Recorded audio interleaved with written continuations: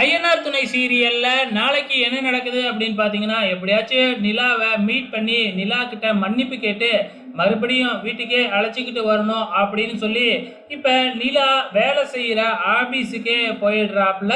இந்த முறை ஆபீஸுக்குள்ளாரெல்லாம் போல, வெளியில கட்டடத்துக்கு வெளியில தான் நின்னு அப்படியே பார்த்துக்கிட்டே இருக்கிறாப்புல.